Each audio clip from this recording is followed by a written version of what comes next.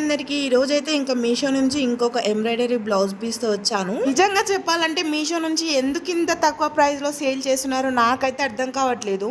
Fabric వచ్చేసి soft silk అండి. Colour వచ్చేసి రాయల్ బ్లూ కలర్ అనమాట. గ్రీన్ కలర్ థ్రెడ్ ఎంబ్రాయిడరీ వచ్చింది. నిజంగా చెప్పాలంటే చాలా బాగుందండి. ఎంబ్రాయిడరీ కానీ క్లాత్ కానీ 10కు 10 అయితే ఇవ్వచ్చు అనమాట.